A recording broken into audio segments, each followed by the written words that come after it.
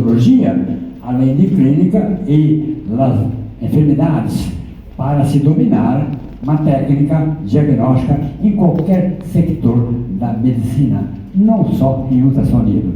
Então, falaremos bem sucintamente, rapidamente, por falta de tempo, sobre anatomia. O sistema carotídeo apresenta uma anatomia característica, como vocês estão observando. O sistema carotídeo faz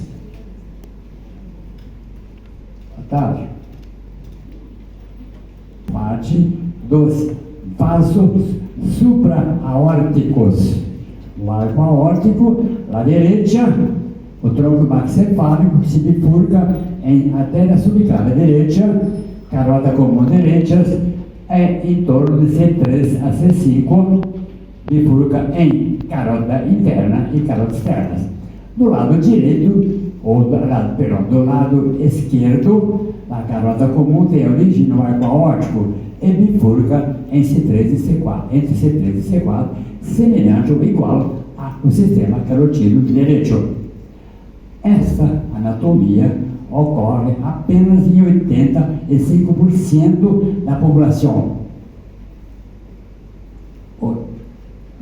O restante da população, em torno de 15%, apresenta uma variação anatômica representada nesse desenho. A carota comum esquerda tem origem no tronco maxicefálico, que é uma artéria localizada à direita do arco aórtico. Literalmente, ou na literatura, essa variação anatômica é considerada como tronco bovino ou de res, não só do boi, mas da vaca também. Então, tronco bovino. Outra relação anatômica de interesse para o estudo do sistema carotídeo é a relação desse sistema carotídeo com o nervo óptico e com a artéria oftálmica.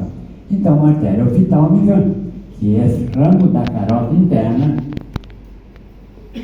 tem origem no sifão carotídeo, que é intracraniano. Essa artéria faz a irrigação do globo ocular e da região supraauricular. Se observarmos na ultrassonografia ou no ultrassonido, em ecografia, nós podemos observar a seguinte situação: o globo ocular, o nervo óptico, a artéria oftálmica, que é rama da artéria carota interna. Essa artéria faz cruzamento, ela passa por cima, por arriba do nervo óptico e se bifurca em artéria supra e infraorbitária, mas antes emite a artéria lacrimal e a artéria central da retina. Pois bem, e aí, qual a importância de se conhecer esse fato? É que sabemos que nos casos de oclusão da carota interna, importa a patologia ou a etiologia, quando temos oclusão da carota interna, 50% da população apresenta inversão do fluxo da artéria oftálmica. Então, todas as vezes que encontramos durante o exame ultrassonográfico ou fisiopatológico, se encontrarmos inversão do fluxo na artéria oftálmica, que é de facílimo acesso, muito fácil abordar a artéria oftálmica. Se ocorrer a inversão, não está funcionando.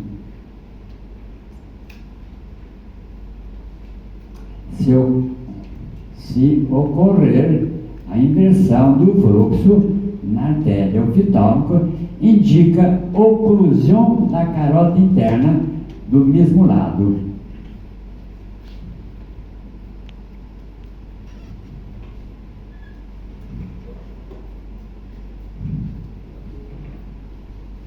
Aí um probleminha com o meu emissor, no Ponte Leite.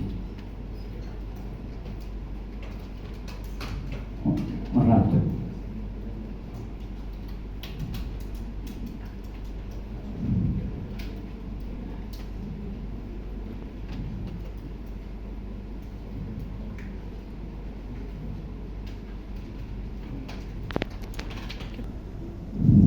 Perdão.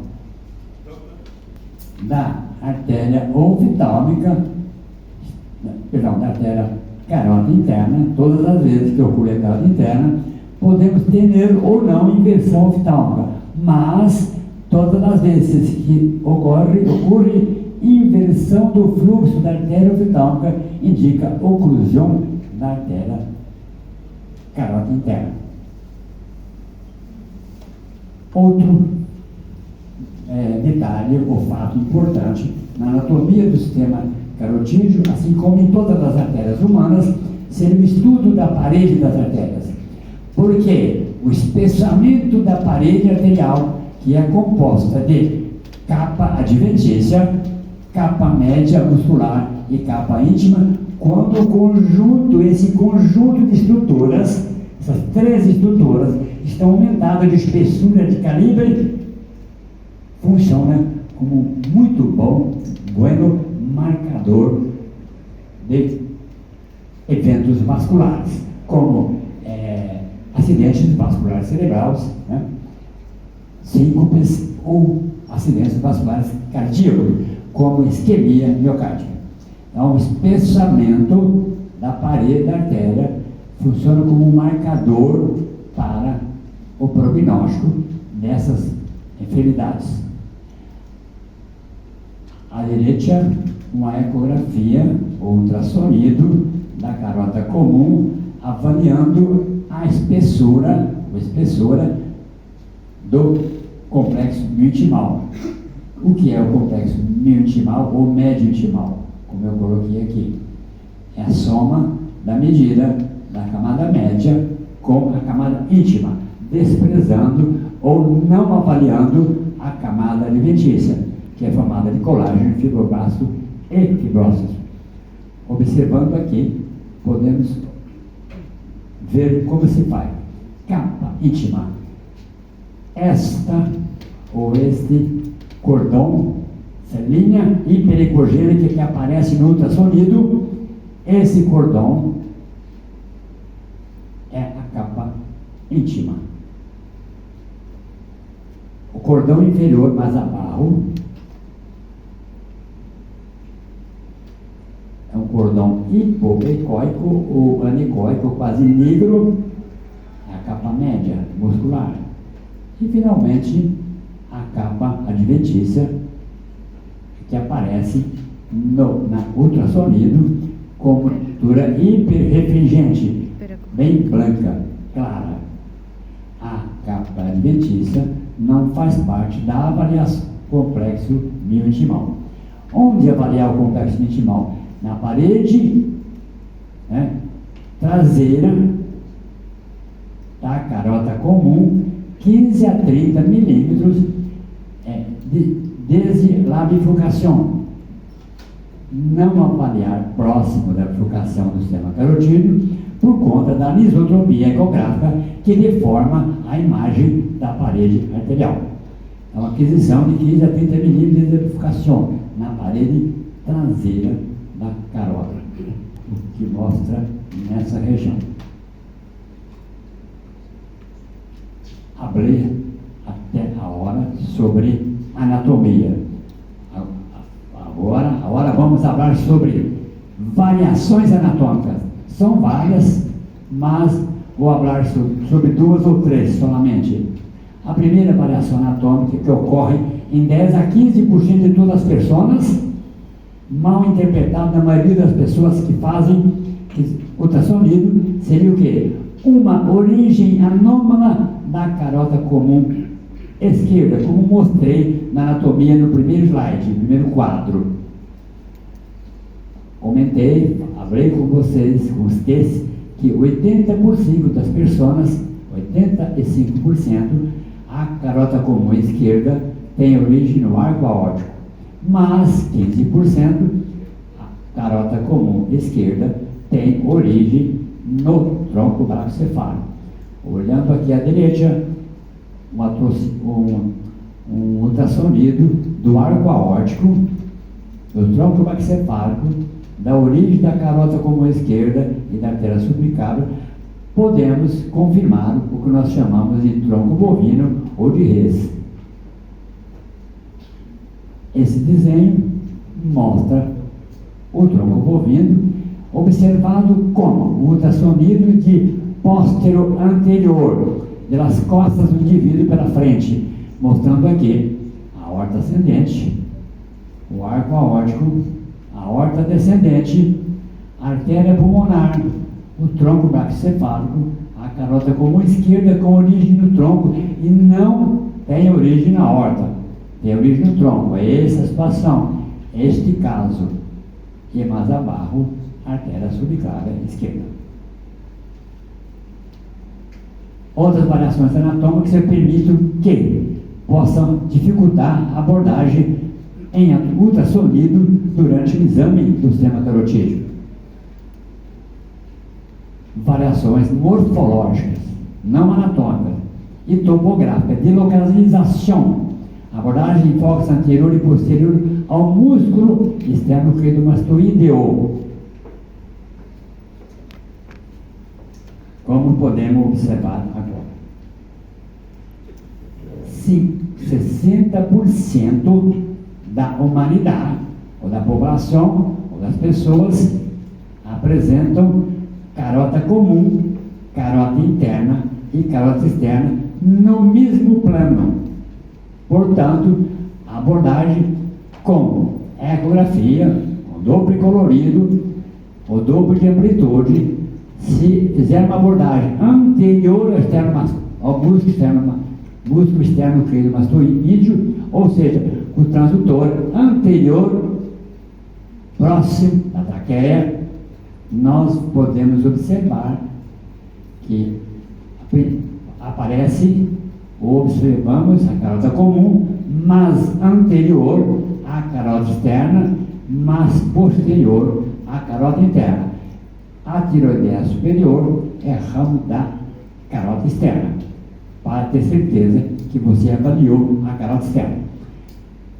Mas, se eu fizer uma abordagem posterior ao esternocleidomastoide, o mastoideu, não anterior, mas posterior, para esse grupo de pessoas que apresentam 60% de bifurcação no mesmo plano, nós vamos observar o seguinte: primeiro, a carota comum, carota interna e carota externa. É como se fosse uma imagem em espelho, invertida. Observação anterior ao esternocleidomastoideo e posterior, mas é o mesmo sistema, com a mesma configuração anatômica. Mas, para 40% da população, das pessoas, a bifurcação do sistema carotídeo não faz no mesmo plano. Simplesmente a carota externa e a interna se cruzam logo distal à bifurcação da carota comum. Isso cria alguma dificuldade durante o exame para aqueles com menos experiência. Mas se eu fizer uma abordagem anterior ao esternocleidomastoideo anterior, a imagem que nos apresenta é carota comum, carota externa. Não vou observar a carota interna, ela fica invisível. Não podemos observar, não aparecerá no ultrassonido. E se a abordagem for posterior ao esternocleidomastoideo, para esse grupo de pessoas que apresenta cruzamento das duas carotas, o primeiro vaso, ou a primeira artéria, que será observado mais próxima do transdutor, ou mais superficial, não será agora a carota externa, mas sim a carota interna. A carota externa não será visualizada. Então, teremos nessa situação carota comum, carota externa, quando a abordagem é anterior ao esternocleidomastoídeo. E, se a abordagem for posterior, a imagem será carota comum, carota interna diferente e não veremos a carota externa. Muito bem, enfermidades. Lógico, tem múltiplas, dezenas de enfermidades do sistema carotídeo. Falaremos ou mostraremos as mais comuns.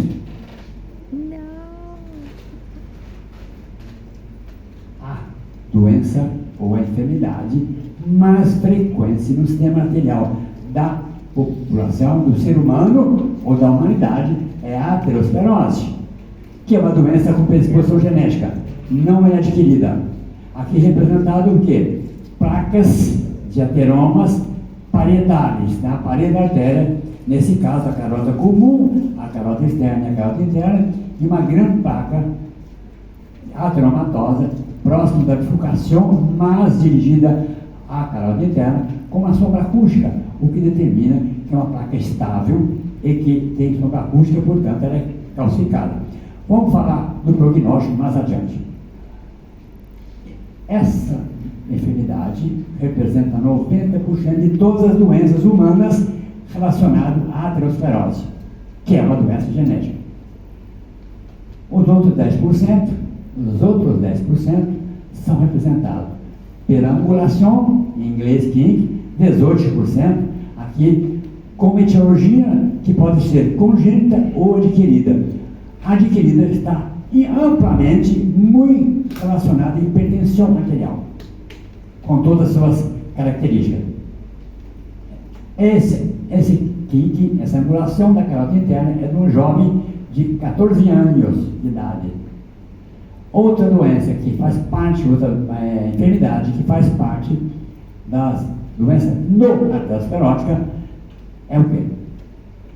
O processo inflamatório da parede da artéria, que são as arterites, doenças graves, responsáveis por mais de 20 a 30% das hemiplegias em jovens abaixo de 20 anos de idade.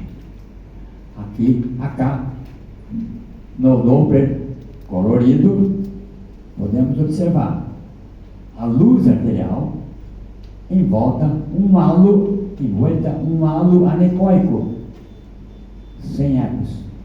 E na abordagem longitudinal temos a luz arterial e o halo anecoico, circundando, contornando a luz da artéria. Representa em torno da população de 3% dos casos.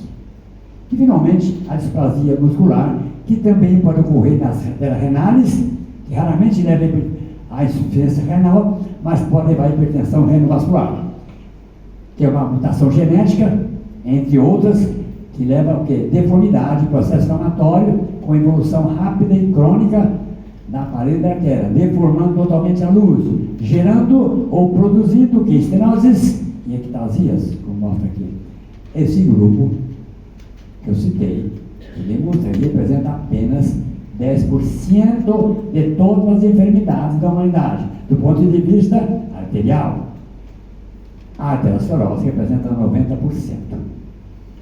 Em uma tese minha, doutorado, eu estudei o sistema carotídeo e várias doenças que envolvem o sistema carotídeo. A predisposição genética ou genética na aterosclerose passou de 80%, arriba de 80%, mostrando que não é a obesidade, a falta de atividade física, é usar tabaco ou aguardente, não fala aqui, cachaça, aguardente, não é isso que produz a aterosclerose. É uma predisposição genética, é uma alteração na cadeia de DNA, entre a guanidina, tiamina, localização na cadeia de DNA. Não tente culpar os obesos, ou quem não faz exercício, ou quem usa tabaco pela presença da aterosclerose. O Dr. Maori tem quase 100 anos, fuma e bebe, não tem aterosclerose. Está aqui, ó, deu uma aula maravilhosa para vocês. E é o presidente e fundador, agora eu vou citar, e livre docente da maior universidade da América Latina, quase uma das melhores, a USP, e não foi por acaso que fez. E ele não tem aterosclerose, ó. E é o fundador da FAPESA, do qual eu faço, orgulhosamente eu faço parte, e que nos permitiu estar aqui. Não é esse professor Francisco Mauad Filho? Então, lembrar disso, essa doença. Mas, todavia, existem outras doenças, outras enfermidades que vocês podem encontrar no dia a dia, durante o ultrassonido. A oclusão material, com várias etiologias, os traumas de cada 1000 traumas na região cervical, apenas 2 alteram ou impactam o sistema carotídeo. Os aneurismas são muito raros, 0,2% dos aneurismas do ser humano, 0,2%. Mostrando aqui, né, um aneurisma de cauda interna. Tumor crônico, apesar de não ser especificamente o sistema arterial, mas interfere com a carota comum cauda interna, tem uma predisposição de malignidade em torno de 18%. Mas quando é na pessoa, em você, para você, a malignidade é de 100%, ou não. Portanto, tem que se preocupar. Ela pode, esse tumor, que é do efetor simpático, que está na bifurcação do sistema carotídeo, pode ou não, mas geralmente evolui para complicações até oclusões dessas artérias. Outra doença é o lúpus, a circunvolução total de uma artéria. Essa é uma das doenças que não, umas enfermidades que não provocam alterações hemodinâmicas. Simplesmente é o quê? Uma imagem que você encontra sem repercussão hemodinâmica. E, finalmente, a dissecção também, que pode ocorrer espontaneamente até os 20, 30 anos de idade, até no esporte, onde há uma clivagem, uma separação do complexo meningimal da parede da artéria e leva à oclusão.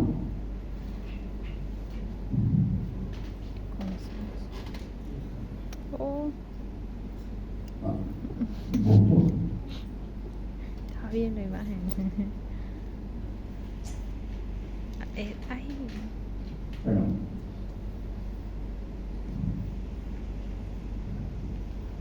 Aí. Considerado por alguns autores, algumas publicações da literatura, o espessamento e engrossamento, como está aqui, do complexo meningimal seria o precursor da arteriosclerose. Mas os trabalhos de Juliano, em 2015, mostraram que fetos, não sou obstetra, fetos, 3 meses de evolução, feto natimortos, é claro, foi encontrado na aorta desses fetos células espumosas. Células espumosas são as precursoras, as formadoras da arteriosclerose, mostrando então que a doença é genética e nem sempre está ligada ao complexo meningimal. Mas alguns autores ainda acham isso. Porém, todavia, nós somos obrigados, faz parte do exame do sistema carotídeo. É obrigatório, no Brasil, inclusive, é defendido pela lei, que essa avaliação é obrigatória. Então, o que significa? O espessamento do complexo meningimal, ou engrossamento do complexo meningimal, é um bom marcador para prognóstico de lesões arteriais tipo acidente vascular cerebral ou infarto do miocárdio. Observando aqui, temos o Conselho de Mannheim da Alemanha, que foi feito em 2004 e publicado em 2006, que afirmou a seguinte situação: todas as vezes que o complexo meningimal for menor que 1,5 milímetro, ele poderá ser engrossamento por normal. Mas, se ele ultrapassar 1,5 milímetro, seria que placa de ateroma. Revendo a literatura, podemos observar acá, que na avaliação da literatura, quando esse complexo tem 0,4 a 0,8 milímetros para adultos, significa complexo normal, sem fator de risco para doenças vasculares. Se esse valor for de 0,9 a 1,5, ele seria especiamento. Agora, seria um ótimo marcador ou predictor para doenças vasculares. E se esse valor ultrapassar 1,5 0,5 milímetros, não é mais engrossamento do complexo intimal, simplesmente placa da tromba. Ultrassonido do sistema carotídeo. A posição. Podemos situar atrás, né, do paciente, nessa posição, ou na frente. Fica a escolha. Posição do examinador. Na Covid, acá temos a posição de um transdutor lineal retroesternal, atrás do esternocleidomastoide, que são, em 70% das pessoas, têm os melhores resultados. Onde posso avaliar, nós podemos avaliar a calota comum, calota interna, calota externa e o complexo intimal. Como avaliar o complexo intimal? Porque não podemos usar a artéria inclinada. Nessa situação, o AS de ultrassom que emerge do transdutor vai refletir e sairá fora do transdutor. Então, não teremos o complexo intimal, não aparece aqui. Então, a acionação foi oblíqua, levou a uma insonação ultrassônica. A insonação tem que ser a 90 graus para a imagem. Nessa situação, o feixe acústico perpendicular à parede da artéria, mostrando a presença do complexo intimal. E como fazer a captação de imagem do ultrassonido em calota comum, calota interna e calota externa. Também, transdutor lineal reto-external, longitudinal, calota comum, interna e externa. Na ecografia, ultrassonido duplo colorido ou colodoppler, a calota comum, calota interna e calota externa. Por quê?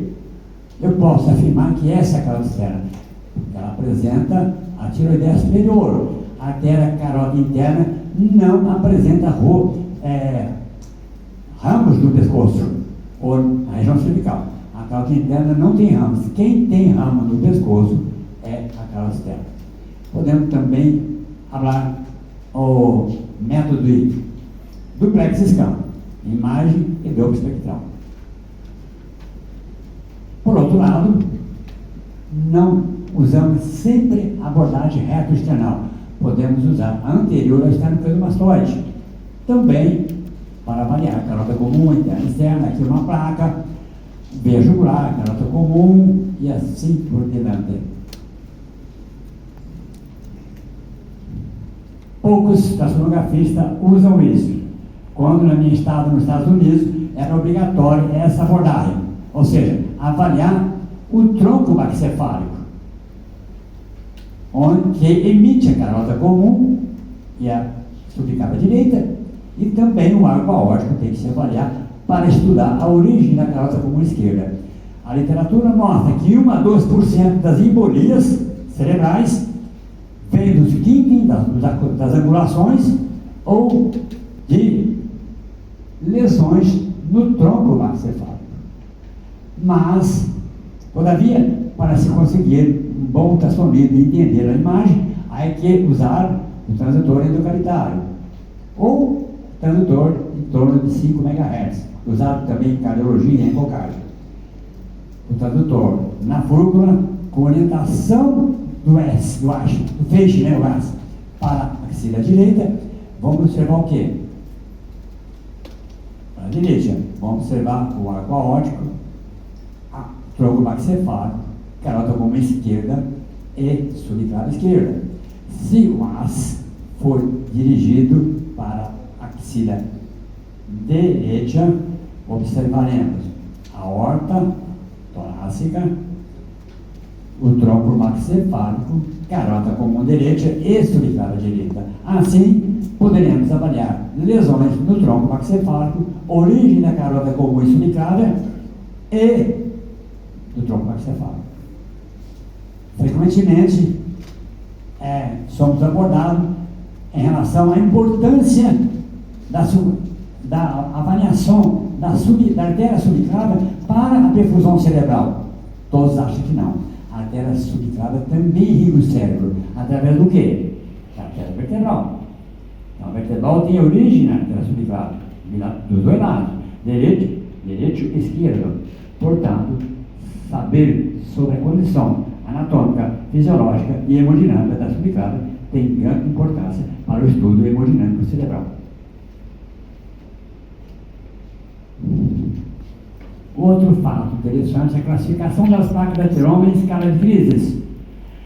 Hoje, são avaliações prognósticas da evolução dessas placas. Quais pessoas têm más embolias cerebrais, complicações da circulação cerebral em relação às características das placas da tiroma? Quais pessoas? Vamos observar.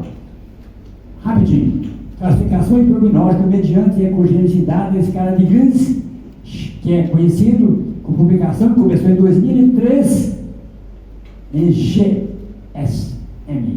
Gray Scale Median Gris. As placas lipídicas, que não têm fibrose nem cálcio, são hipoecogênicas e hiporlucentes. Elas estão localizadas numa escala de cinza em torno de tons de grises, abaixo do 25º ou 25 tons de cinza. São mais instáveis, perigosas, produzem embolia pulmonar. As placas fibrolipídicas são hiperecogênicas, com a localização na escala de cinza do ponto 25 ao 50. E as calcificadas são hiperecogênicas com sombra acústica e GSM igual a 50. Pois bem, há uns 15 anos foi questionado se a avaliação objetiva das placas seria o suficiente, durante o ultrassonido, seria o suficiente para classificá-las como lipídica, fibrolipídica calcificada. Pois bem, esse trabalho do Menezes, 2013, mostrou o seguinte: a histologia virtual computadorizada baseada na ecografia transcutânea oferece uma boa correlação detalhada de histologia quanto ele conteúdo da placa. Ou seja, a simples observação visual do examinador pode classificar as placas em lipídica, fibrolipídica e calcificada. Agora está o resultado.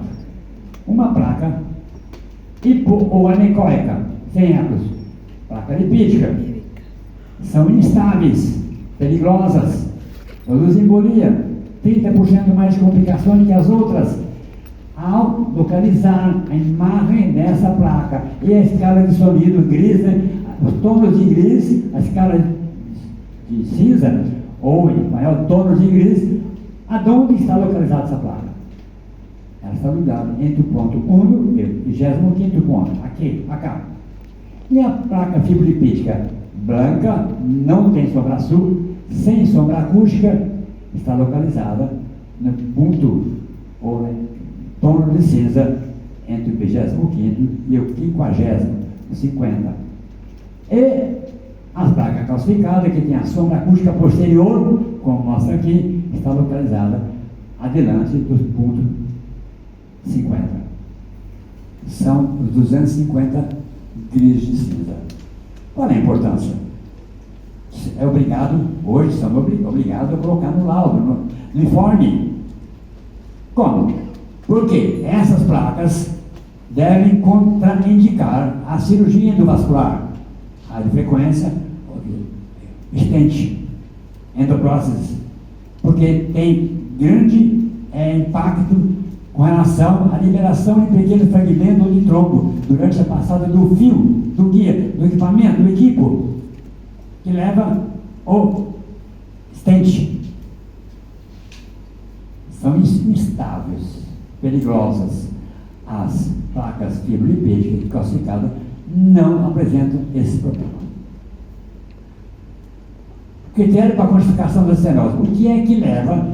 Qual é o protocolo, o guideline da literatura que norteia, orienta o cirurgiano ou o clínico ou cardiologista com relação à conduta sobre doenças arteriais do sistema carotídeo. Quais são os critérios? Vamos ver? Primeiro, saber se a doença é aterosclerótica, já falei, já falei anteriormente, se é arterite, se tem aneurisma, se tem dissecções. Mas, com relação às placas de ateroma, o que interessa, que é de grande interesse para o cirurgiano ou clínico, é a porcentagem ou tamanho, grandeza das estenoses. Quanto a placa reduziu a luz do vaso. De duas maneiras podemos fazer. De uma maneira anatômica, de uma forma anatômica, faço a medida com caliper, a medição da luz total do vaso. Depois, a luz residual, ou seja, a luz que sobrou, que resistiu, que não foi invadida pela placa. Então, a luz total é azul residual, luz residual, ou seja, o espaço total do diâmetro e o espaço que sobrou da parte livre. Todos os aparelhos, seja modernos ou mais antigos, todos fazem um cálculo automático e instantâneo da porcentagem de estenose. Mas o ideal é que você use a imagem de corte axial, mais confiável. Se não possível, usar o corte longitudinal. Mas a mesma medida, mede-se o diâmetro total e o diâmetro da luz. O aparelho dá o resultado instantaneamente, ao mesmo tempo. Observe, eu coloquei aqui 50% e aqui 60%. Por quê? Se é o mesmo vaso, eu coloquei dois resultados. De propósito, para mostrar o seguinte: tentem sempre evitar a medida em abordagem longitudinal. Tentem sempre fazer no transverso, porque aqui ocorrem menos erros. Mas eu posso também avaliar a estenose pelo método hemodinâmico, não anatômico. Eu vou fazer o seguinte: de acordo com a lei matemática, uma equação matemática fala o seguinte: toda estenose em um tubo aumenta a velocidade, até 95% de estenose. Então, eu tenho aqui a carota comum, a carota interna, uma placa de ateroma representada aqui, que vai reduzir o diâmetro do vaso e aumentar a velocidade. Então, simplesmente, através do índice chamado índice histórico, onde eu calculo a velocidade do pico sistólico da lesão, aqui em B, nesse ponto, e comparar é dividir com a velocidade do pico sistólico em A. Pré-lesão. Vale para qualquer vaso. Detalhe, qual a importância que tem que se observar? O ângulo de insonação, que o Malad falou muito bem sobre o ângulo de insonação na artéria umbilical, que não pode passar de 20 graus, mas você perde a confiança, a confiabilidade no método. E aqui, os ângulos podem ser igual, desde que não ultrapassa 60 graus, mas o em A tem que ser igual em B. Feito isso, nós teríamos um resultado. Por exemplo, encontrei uma velocidade aqui de 200 centímetros por segundo. AK, 100 centímetros por segundo. 200 por 100 dá 2. Tem uma tabela, um gráfico, um resumo sobre diversos autores, que mostra se o valor foi 12, a estenose aqui é de 70%. Pronto. Mas, quando eu vou usar um método ou outro? O ideal, o principal, é fazer o método hemodinâmico. Mede-se a velocidade aqui, olha aqui, essa é a velocidade. E na lesão, faça a divisão para o método pré-lesão. Se essa divisão ficar maior ou igual a 1.6, não há necessidade de utilizar o método anatômico. O resultado está naquela tabela. Mas, se esse valor for menor que 1.6, é porque a estenose é menor que 50%. Portanto, tem que caminhar tem que utilizar o método anatômico, fazendo a medida total e residual e ter o resultado. Um exemplo está aqui, só para exemplificar. Essa artéria tem uma velocidade, nesse ponto, de 250 centímetros por segundo, está aqui. Para o pico sistólico, sistólico, carota interna, 250. No pré-lesão, 54 centímetros por segundo. 250 por 54 deu 4,6. 4,6, eu vou jogar na tabela, onde é que está? 90% de estenose aqui. Mas existem várias tabelas no mercado. Tem a da cardiologia, tem a do Strangeness, tem a da Sociedade Brasileira de Angiologia, que fala o seguinte, que essa estenose é maior que 70, mas não informa o tamanho. E você pode utilizar qualquer uma delas. E angulação. Eu referi anteriormente que 1 a 2% das embolias cerebrais ocorrem com origem na vertebral, ou no tronco maxilofálico, ou nas dobras, nos acotovelamentos, ou nas angulações, como está aqui, angulação. E como calcular? Essas angulações podem simplesmente não alterar a hemodinâmica, portanto não gera embolia. Mas se elas gerarem, criarem ou produzirem uma estenose maior que 60% na dobra, na angulação, ela pode levar o paciente a uma hemiplegia, uma embolia cerebral. Lembrar vocês, Maori falou em cerebral média da criança, onde mediu as velocidades, tendo cuidado de não colocar próximo do polinho do íris, não sei por que, mas ele falou. Como medir isso? Onde? Que ângulo usar? Então, o importante é, como ele falou, tem que usar uma ensonação, o mesmo ângulo do olhado e um ângulo menor que 60 graus. Lá é 20 graus. Por quê? Eu sei que se essa angulação alterar a velocidade, alterar o fluxo a ponto de, ou com a capacidade de produzir uma estenose, referida nessa tabela, esta lesão pode provocar embolia cerebral. Então, todas as vezes que tiver uma angulação, tem que fazer a medida, dividindo esse valor da velocidade por esse. E o resultado vai ser informado pela tabela. Esse aqui é um kit de uma criança, a angulação de uma criança. Lembrar vocês, se colocar kink, a palavra em inglês, tem que colocar angulação na frente. Em português tem que colocar angulação.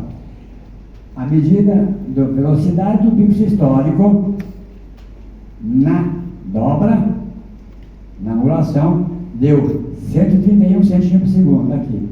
E na região pré-dobra, que foi a carota comum, deu 73. A divisão deu 1,8, ou seja, 60% de estenose dessa dobra. Informa. O que informar? Lembrar que qualquer conduta na medicina só poderá ser tomada ou executada com informe. Você vai ao médico, ele mede sua pressão, fala, você está com pressão alta, você toma um remédio para pressão, você está com pré-eclâmpsia, tira a paciente, você está com estenose, você tem que operar, colocar uma estenose, mas é preciso que tenha um informe. Por quê? Porque o médico não viu o seu exame. Você tem que informar o que encontrou. Esse é fundamental. Então, o informe é formado de quê? Basicamente, 3 aspectos. O primeiro é o descritivo, que deve contemplar, ou transitar, ou caminhar sobre características anatômicas, morfológicas e hemodinâmica. Em vascular, a palavra mais importante é permeabilidade ou oclusão. Vaso ocluído, nada a fazer. E mesmo é morta, o que fazer? Enterrar. Então, nada a ser. Então, a primeira palavra, permeabilidade. Segundo, classificação e codificação das lesões parentais, com GSM. Terceiro, avaliar a hemodinâmica, se a perfusão do cérebro está correta. Rapidinho, imagine uma criança, 10 anos, 5 anos de idade, internada na UTI no hospital, inconsciente. Alguém pede avaliação do sistema carotídeo. Vai encontrar esclerose? Não. Vai encontrar placa da estenose? Não vai. Mas por que ela tem consciência? Apesar de todo o sistema estiver pérvio, não tem estenose, não tem aterosclerose, mas vocês vão observar que o fluxo levou a velocidade diastólica final em zero, como o Dr. Mauri falou. Velocidade diastólica final zero, ou menor que zero, implica o quê? Hipertensão acentuada intracraniana. O que o Dr. Mauri falou é vasoconstricção das arteríolas. Então, é também importante falar como está a hemodinâmica, o fluxo de perfusão. E, finalmente, a conclusão, o hipótese diagnóstica. O laudo fotográfico, o informe fotográfico, não tem valor jurídico, mas é ilustrativo. Podemos avaliar lesões com Doppler, com uma ultrassonido, com colo Doppler, Doppler de amplitude, Doppler espectral. E, finalmente, o informe gráfico. Representação gráfica do informe descritivo em arquidiograma específico. Mas, observe, todos os términos, palavras do informe devem estar colocados em um protocolo, guideline, de acordo da literatura. Não pode ficar inventando ou criando novos autos. Com relação ao informe gráfico, que se quiser fazer, mostrando fotografias, fotos, sistema carotídeo, dobro de amplitude, dobro colorido, sistema triplex, e aqui o informe gráfico. Se quiser, se tiver um desenho desse, nesse caso, por exemplo, oclusão da carota interna, lesão, um cotovelamento, também é importante. Os médicos gostam muito disso aqui, mas o que vale mesmo é o que se assinou, é um informe descritivo. Vamos avaliar? Só para pequeno treinamento de 1 minuto. Acá, o caso que nós avaliamos. Esse foi o resultado do exame. Do ultrassonido, desenhado aqui. Vamos lá, sistema carotídeo e vertebral direito. Carota comum à direita, permeável, ó. Com espessamento intimal. Eu marquei em rojo a parede. Complexo miointimal 0,9 milímetros. Fluxo sem alterações. Carota interna direita, permeável, mas com a tromatose bulbar acentuada por placa calcificada, GSM mal 50, o GSM, e estenose 70%. Fluxo de lesão, onde está a estenose, turbulento, não laminar, hipercinético, de alta fluxo de perfusão, aquele fluxo que vai estar fazendo manutenção do cérebro, dos neurônios. No caso, eu falei da criança, o fluxo de perfusão de baixa velocidade. Presença de acotovelamento, né? O angulação anatômico depois do bulbo. E carota externa direita, permeável e com fluxo sem alterações. Vertebral direita, não falei, permeável e com fluxo sem alterações. Vamos avaliar a esquerda. Sistema carotídeo e vertebral esquerdo. Carota comum esquerda, permeável, com espessamento intimal, com perro intimal 1,1 milímetro. Fluxo hiperresistente. Por quê?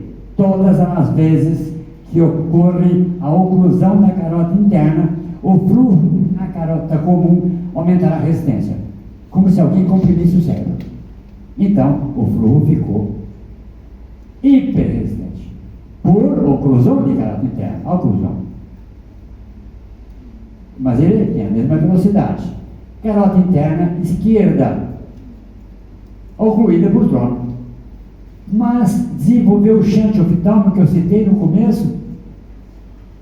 Esse paciente está conseguindo reperfundir